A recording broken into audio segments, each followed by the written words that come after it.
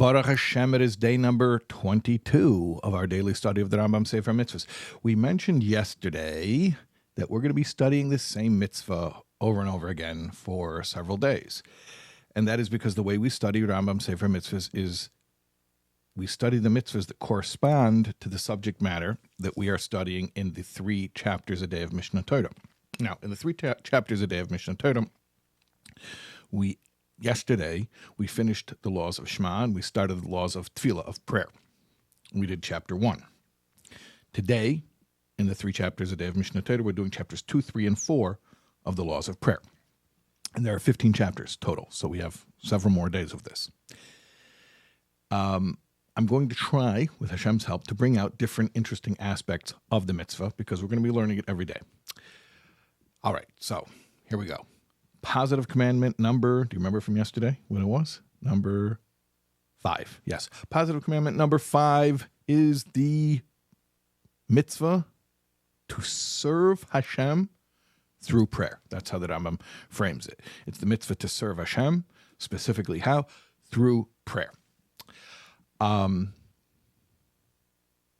Very interesting.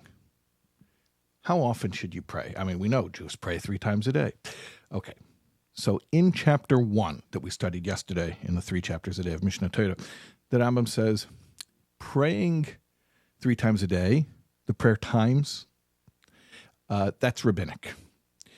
The biblical obligation is once a day.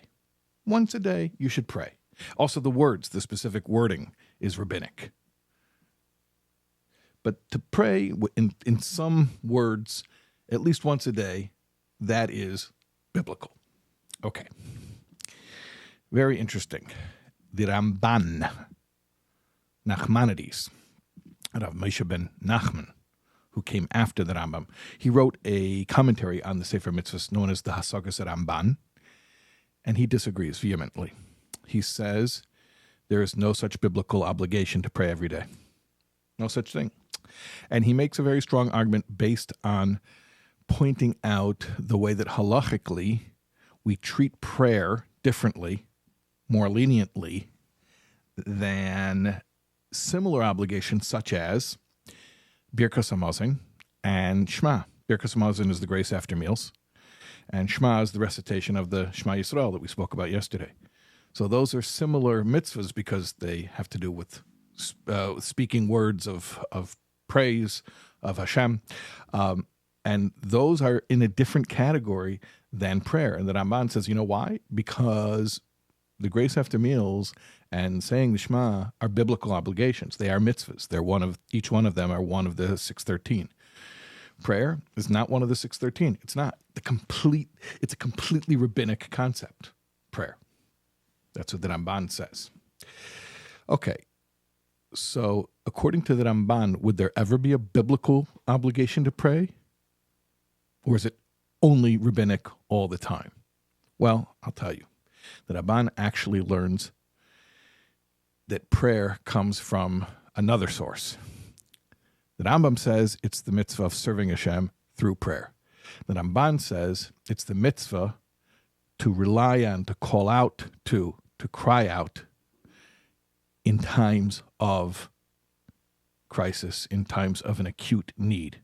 That when your back is against the wall, who do you turn to? Who do you cry out to? To Hashem. And that is the biblical obligation. But according to the Ramban, that only happens when you're in such a situation. So it doesn't necessarily happen every day. Maybe it never happens. So according to the Rambam, there's a mitzvah to pray every day. According to the Ramban, the mitzvah to pray is only in response to an acute need that should arise, but only if it does arise.